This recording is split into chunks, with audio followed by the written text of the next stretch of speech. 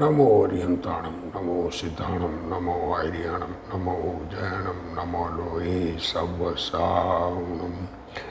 मंगलम भगवान वीरो मंगलम गौतमो गणी मंगलम कुंद कुंदार्यो जैन धर्मोस्तु मंगलम।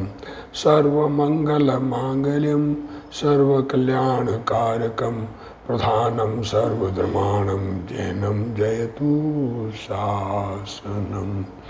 नमो तीर्थनायक ने नमो ओंकार नाद ने ओंकार संघर्यो जैने नमो ते कुंद कुंदने।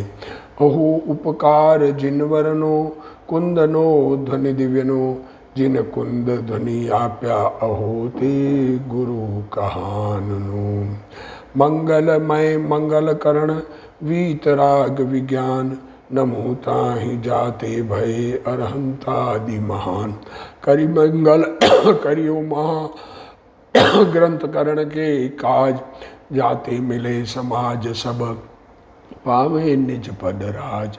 मिथ्या भाव अभाव ते जो प्रगटे निज भाव सो जयवंत रहो सदा यही मोक्ष उपाव।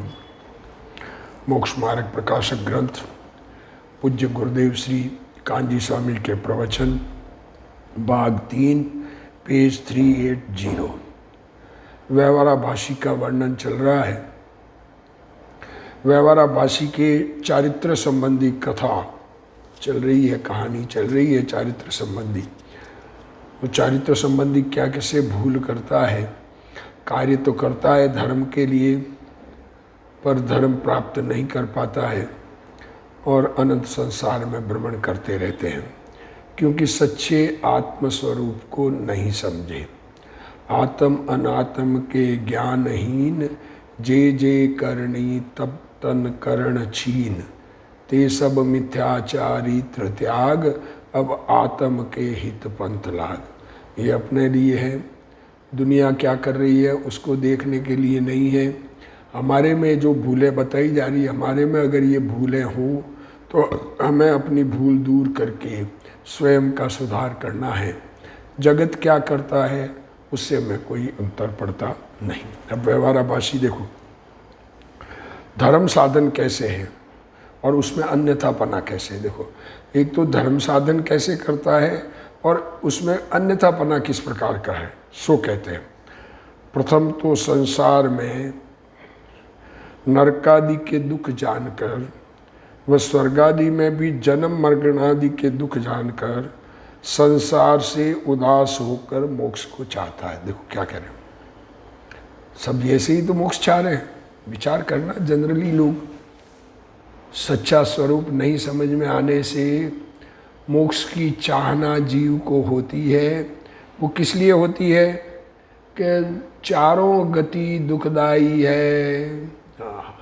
वो मेन चीज गति में दुख दिखता है ना, नरक के दुख और स्वर्ग में भी जन्म मरण के दुख।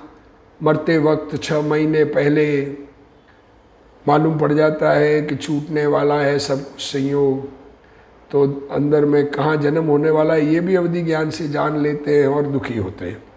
तो फिर ऐसा जान करके उदास होकर मोक्ष को चाहते हैं। तो क्या करें, सो इन दुखों को तो दुख सभी जानते हैं। अब असली दुख क्या है ये नहीं पता पड़ा। क्या कहा, संसार में 4 गतियों में कहीं पर भी बाहर के दुख तो सारी दुनिया मानती है।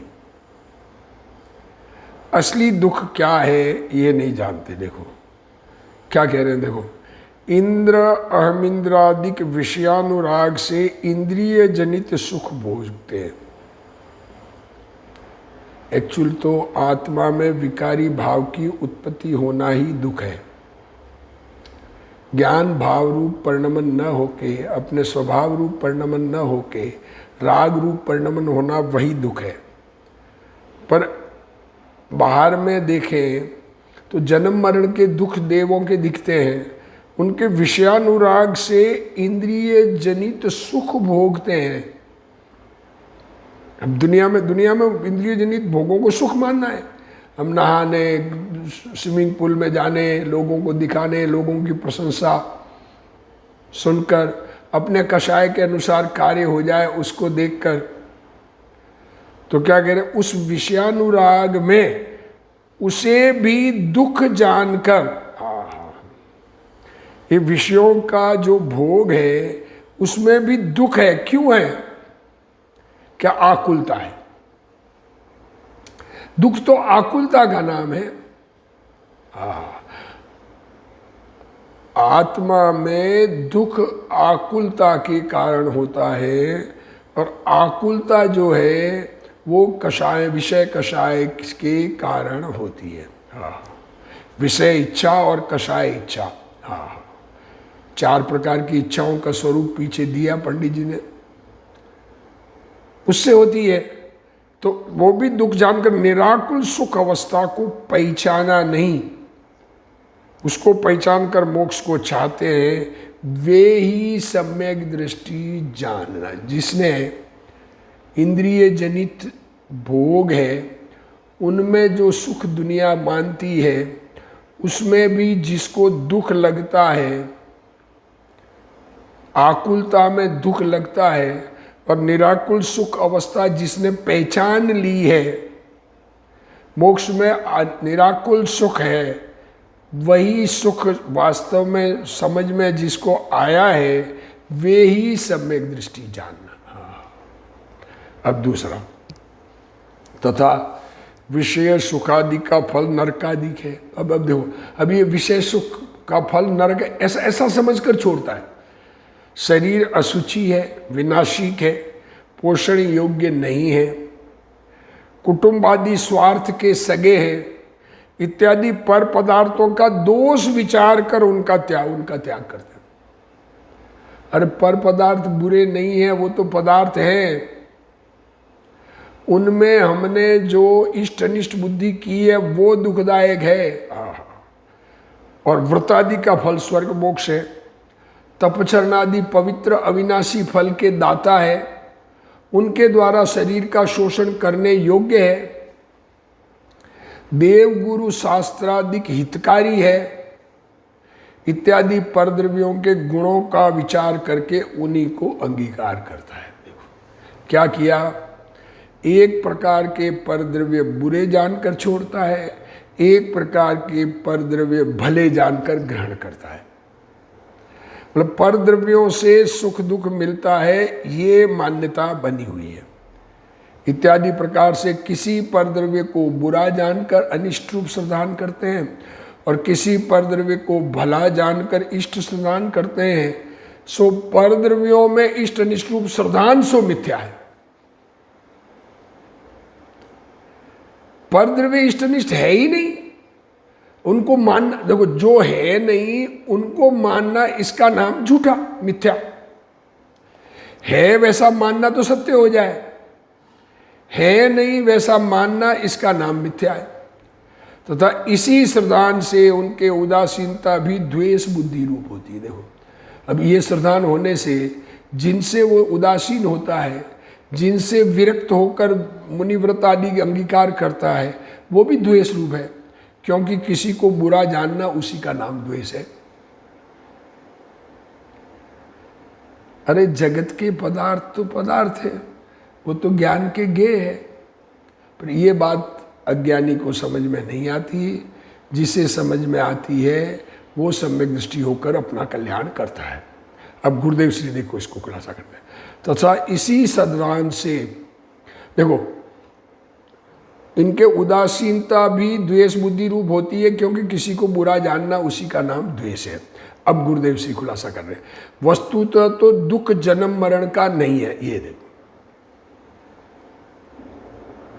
क्या कह रहे हैं गुरुदेव श्री, ये शरीर धारण करना और ये शरीर छोड़कर नया शरीर धारण करना, ये दुख नहीं है। एक इंद्रिय में 18 बार, एक श्वास में 18 बार जन्म मरण करते हैं, पर वो वास्तव में वो दुख नहीं है। संयोग का दुख नहीं है, कोई संयोग मिल गया, कोई हमारे इष्ट को वियोग करने वाला, इष्ट कार्य को नहीं होने देने वाला मिल गया, तो वो दुख नहीं है, उससे दुख नहीं है। दुख तो आकुलता है, अंदर में आकुलता है कि मेरा ये हो गया, मेरा ये हो गया, मेरा ये हो गया, मेरा ये हो गया, ये दुख का कारण है। अज्ञानी की दृष्टि संयोग पर है, आत्मा के जानकार नहीं है उसकी दृष्टि संयोग पर है।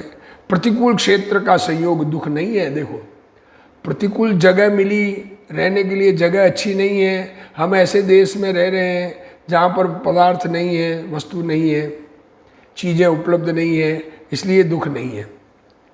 अतः जन्म मरण का दुख मानना मिथ्यात्व है। ऐसी मान्यता वाले को पता नहीं है कि आत्मा में निराकुलता सो सुख और आकुलता ही दुख है। आत्म को हित है सुख सो सुख, आकुलता बिन कहिए, आकुलता शिव माहिनता ते, शिव मग लाग्यो चाहिए। निराकुल होना वो सुख, आकुलता मिट जाए हमारी पदार्थों के प्रति, ऐसा हो जाए तो अच्छा, ऐसा हो जाए तो बुरा। आत्मा जन्मता नहीं और मरता भी नहीं। आत्मा का जन्म मरण होता है, एक शरीर धारण करना ये जन्म, दूसरे शरीर में जाना उसका नाम मरण। तो ये जन्म मरण तो आत्मा रहा। सुख दुख पर्याय में होते हैं। सुख दुख जो है वो अवस्था है, आत्मा तो चैतन्य भगवान सुख का खजाना है। जो स्वर्ग से सुख की इच्छा से, स्वर्ग के सुख की इच्छा से और नरक आदि के दुख जानकर साधन करता है, वह स्थूल मिथ्या दृष्टि। देखो, स्वर्ग के सुख प्राप्ति के लिए और नरक के दुख छोड़ने हटाने के लिए धर्म साधन करता है, वो तो स्थूल मिथ्या दृष्टि है। स्वर्ग में भी इंद्रिय जनित विषय भोग है, वह भी दुख रूप है, ऐसा जानना चाहिए। स्वर्ग में सुख नहीं है, भोग दुख रूप है, भोग भुजंग है। जिस भाव द्वारा अपनी पर्याय में तीर्थंकर नाम कर्म बंधता है, हमारे ऐसे परिणाम जिससे हमें तीर्थंकर तो नाम कर्म बंधे, वह भाव भी आकुलता है। पंच महाव्रत के परिणाम भी आकुलता है। आत्मा में ही सुख है ऐसा जानकर, सुख का खजाना तो अंदर भरा है, अब बाहर ढूंढते हैं। स्वानुभव के द्वारा निराकुल परिणाम हो वह मोक्ष का कारण है, ऐसा मानने वाला सम्यक दृष्टि है। 16 कारण भावने से तीर्थंकर नाम कर्म बंद ही जाएगा, ऐसा नहीं है। देखो क्या कह रहे, 16 कारण भाय तीर्थंकर जे भई, हर्षे इंद्र अपार मेरु पे ले गए।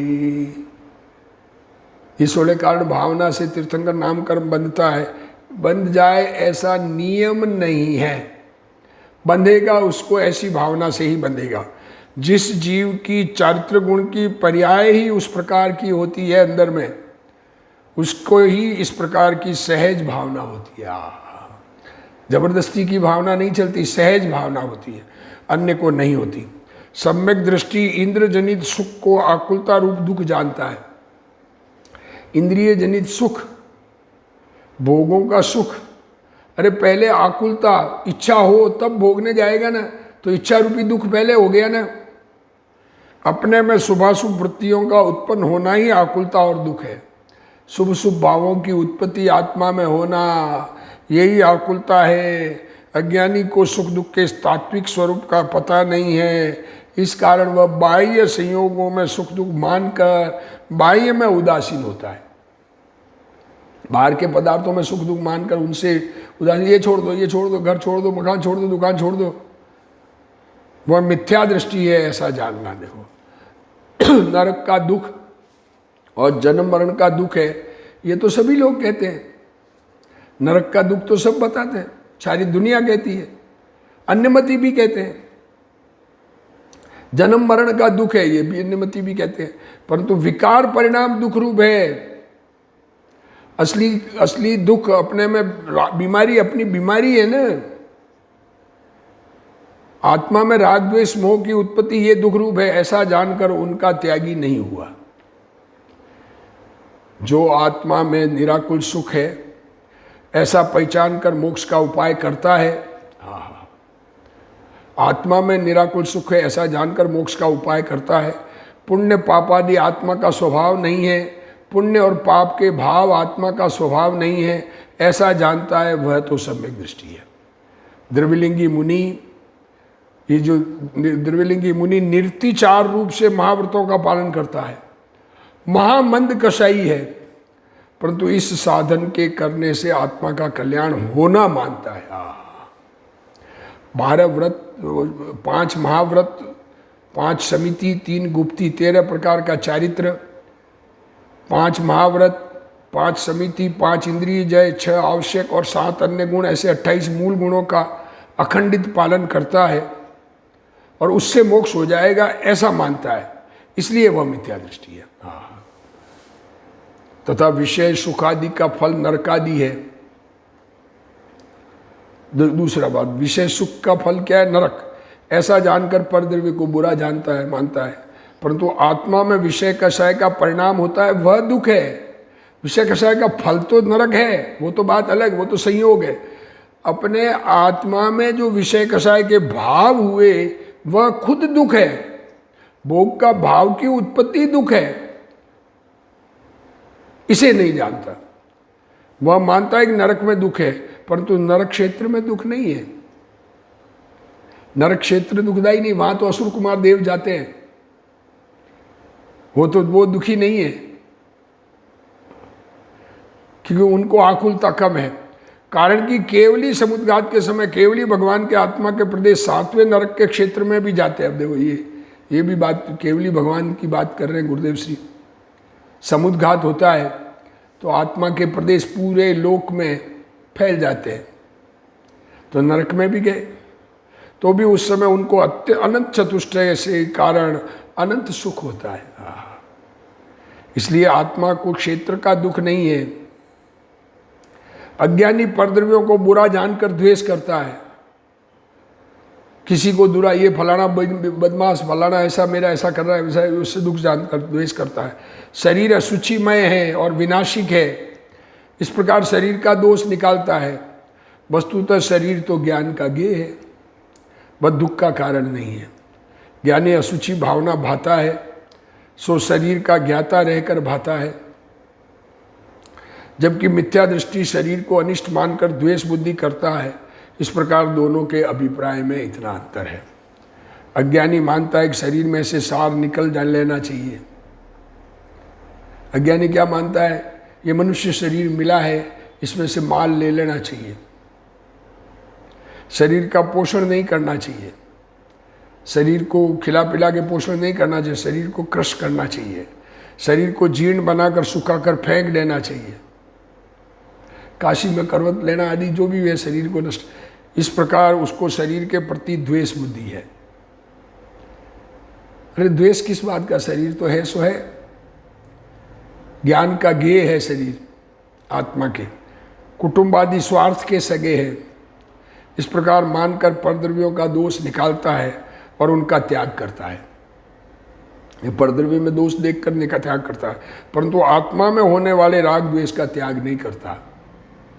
त्याग करना था अपने अंदर के भावों का, राग द्वेष भाव का, और त्याग करता है बाहर के पदार्थों को। वह मानता है कंचन, कामिनी और कुटुंब को छोड़ो तो धर्म का लाभ होगा। क्या मानता है? धन, कंचन मीन्स धन, कामिनी मीन्स पत्नी और बच्चे वगैरह कुटुंब, उनको छोड़ोगे तो धर्म होगा, तथा व्रतादि का फल स्वर्ग मोक्ष है। अभी व्रत पालन करके स्वर्ग में जाएंगे। क्या मानता है? अभी व्रत पालन करके स्वर्ग में जाएंगे और वहाँ से भगवान के पास जाकर धर्म प्राप्त करूँगा। अरे तुम बाद में धर्म की, अभी वर्तमान में आत्मा समझ लो तो धर्म सुख हो जाएगा ना। यह सब मिथ्या बुद्धि है, भविष्य में करेगा ही नहीं, क्योंकि अनुकूल संयोग मिलेंगे तो संयोगों में इतना जीव जुड़ता है। अभी देख लो ना, वर्तमान में भी पुण्यवान जीव धर्म मार्ग में कहाँ लगता है। तपचरण आदि पवित्र फल के देने वाले हैं, ये मानता है। इनके द्वारा शरीर का शोषण योग्य है ऐसा मानता है। ये तपचरण करते करते कर्म करते रहेंगे, कर्जा चुक जाएगा ऐसा मानता है। तथा देव शास्त्र गुरु हितकारी है इत्यादि परद्रव्यों के गुण विचार कर उन्हें ही अंगीकार करता है, परंतु स्व आत्मद्रव्य हितकारी है ऐसा उसको पता नहीं है। असली हितकारी अपना चैतन्य भगवान अपना स्वभाव है। वस्तुतः परद्रव्य हितकारी या अहितकारी है ही नहीं। अंदर में शुद्ध उपादान शक्ति पड़ी है, उसका आश्रय करना हितकारी है। आत्मा की पर्याय में शुभ राग होता है, तब निमित्त का आदर आए बिना नहीं रहता। देखो, आत्मा की वर्तमान अवस्था में शुभ भाव होता है, तब निमित्त का जो सामने गुरु आदि जिन्होंने धर्म समझाया, जब धर्म जिसको समझ में आया है, उस धर्मात्मा को जिन्होंने धर्म समझाया, ऐसे के प्रति आदर आए बिना नहीं रहता।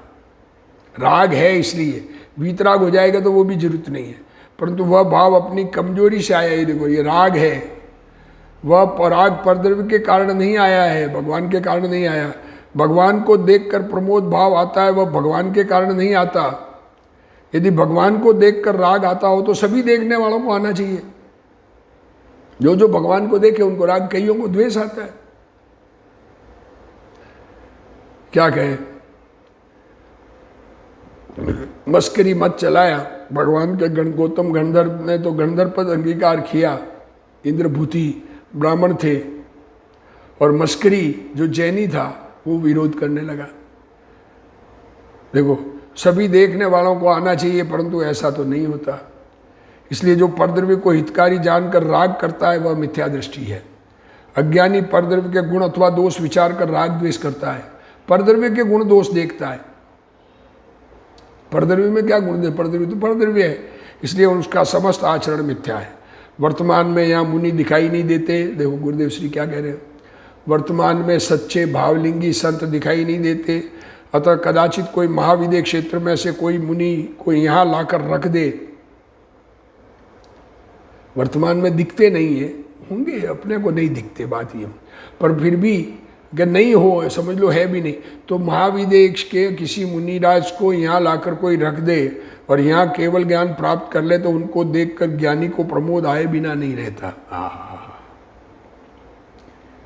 ऐसे मुनिराज को केवल ज्ञान हो जाए। यहाँ केवल ज्ञान नहीं हो सकता ऐसा नहीं है। यहाँ जन्म लेने वाला जीव पूर्व से आराधक नहीं रहा, इसलिए कमजोर स्थिति लेके आया है, और वर्तमान पर्याय में इतनी शक्ति पैदा नहीं हो सकती है। शक्ति पैदा होने में भी क्रम होता है ना। एक बीमार हो गया, बीमार होने के बाद सो रहा है, अब उसके चलने फिरने की ताकत आने में समय लगता है कि नहीं लगता है। वैसा ही पूर्व में हमने विराजना की तो यहाँ जन्म हुआ, तो यहाँ विपरीत संयोग हो या खुद का शरीर दुखदायक हो, खुद को भाव विकार हो, तो मिटते नहीं है। पर विदेह क्षेत्र के उग्र पुरुषार्थी जीव मुनिराज बने हों, उनको कोई लाके यहाँ रख दे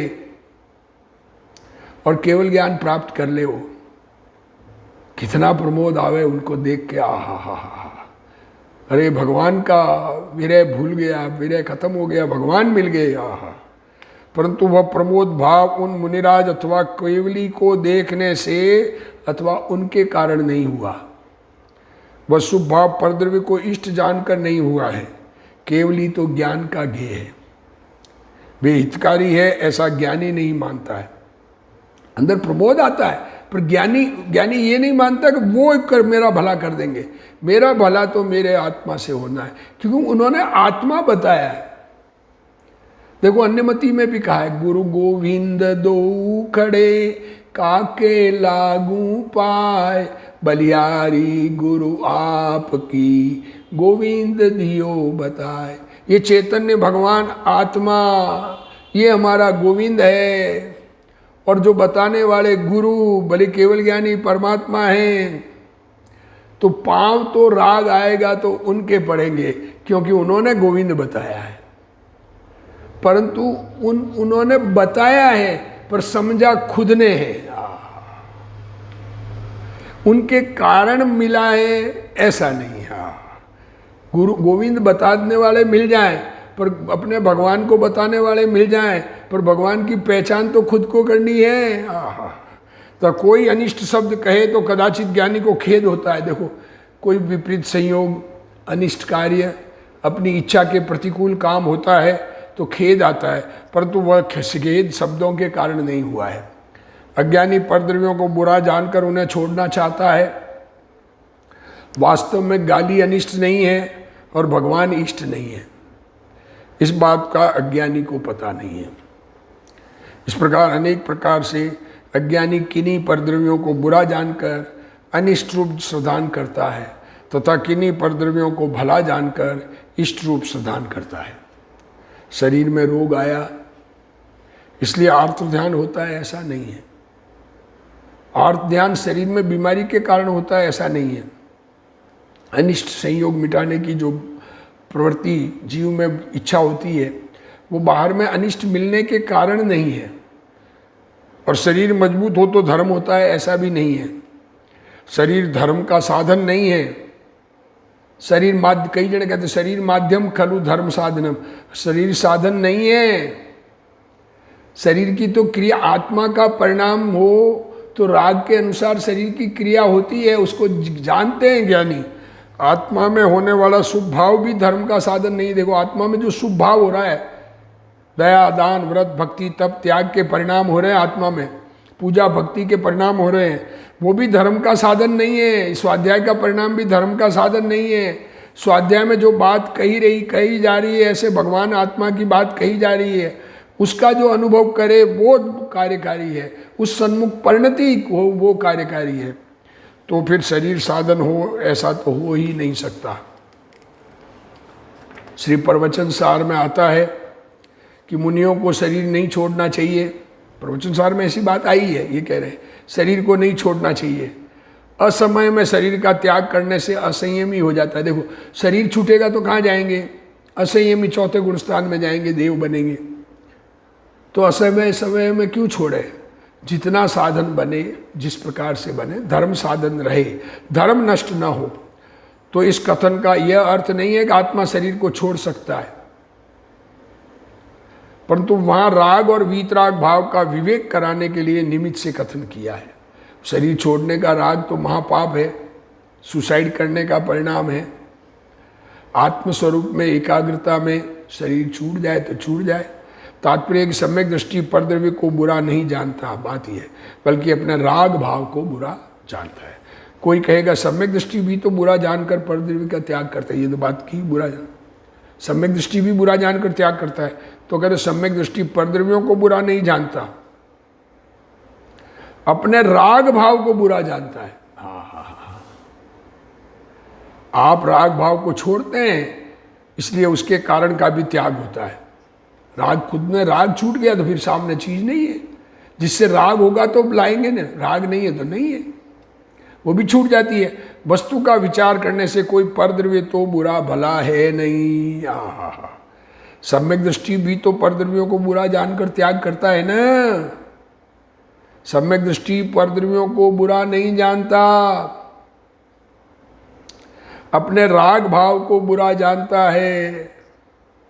वास्तव में परद्रव्य बुरे नहीं है, कोई जगत में बुरा नहीं है। बुरा जो देखन, वो तुलसीदास जी का, बुरा जो देखन मैं चला, बुरा न मिलिया कोई, जो दिल खोजा आपना मुझसे बुरा न कोई। मेरे में ही है राग भाव, ये बुरा है। बुरा मतलब क्या? अपने में राग भाव उत्पन्न हुआ, ये बुरा है, और वीतरागता उत्पन्न हो, ये भला है। स्वयं राग भाव को छोड़ता है इसलिए उसके कारण का भी त्याग होता है। वस्तु का विचार करने पर कोई भी परद्रव्य भला बुरा नहीं है। परद्रव्य तो आत्मा का एक रूप ज्ञेय है। एक रूप में अनेक रूप कल्पना करके परद्रव्य तो ज्ञेय है। सारे परद्रव्य, सारी दुनिया, और उसमें अनेक बना मानना, एक को भला एक को बुरा, एक द्रव्य को इष्ट और एक द्रव्य को अनिष्ट मानना मिथ्या बुद्धि है। शुद्ध आहार आया इसलिए परिणाम सुधरते हैं, ऐसा नहीं है। क्या कहते हैं? आहार शुद्ध तो भाव शुद्ध। अब कुछ भी निमित्त नैमित्तिक कथन है उसको पूरा सिद्धांत बना देते हैं। निमित्त नैमित्तिक है, सिद्धांत नहीं है। सिद्धांत ये है कि एक द्रव्य दूसरे द्रव्य का कुछ नहीं करता। वस्तु के स्वभाव को देखो तो परद्रव्य का दोष नहीं है, आहा, अपने परिणाम दोष रूप है। इसका विवेक होना चाहिए। जिसको तीव्र कषाय नहीं है, जिसको कषायों की तीव्रता नहीं है, उसको मांस आदि के भक्षण का विकल्प नहीं आता। मांस आदि भक्षण का विकल्प किसको आता है? अरे जीव मर रहा है, जीव दया का भाव, जिसकी कषाय मंद होगी उसको दया का भाव होता है, मारने का भाव नहीं होता है। इसलिए मंद कषाय को मांस आदि भक्षण का, अभक्ष भक्षण का भाव नहीं होता है। ऐसा निमित्त नैमित्तिक संबंध है। इसलिए परद्रव्यों को भला बुरा नहीं मानना चाहिए। पर जगत में कोई बुरा भला है नहीं, और बुरा भला तो हमारे में उत्पन्न होने वाला विकार बुरा और स्वभाव रूप रहना भला, ऐसा विकार का अभाव करके हम सब स्वभाव रूप परिणमन करें। इसी भावना के साथ आज का स्वाध्याय पूर्ण करते हैं। हे जिनवाणी भारती तोई जपूं दिन रैन, जो तेरा शरणा गए सो पावे सुख चैन। जावाणी के ज्ञान ते सूझे लोकालोक, सो वाणी मस्तक नमो सदा देत हूँ ढोक। जिनवाणी मात की जय।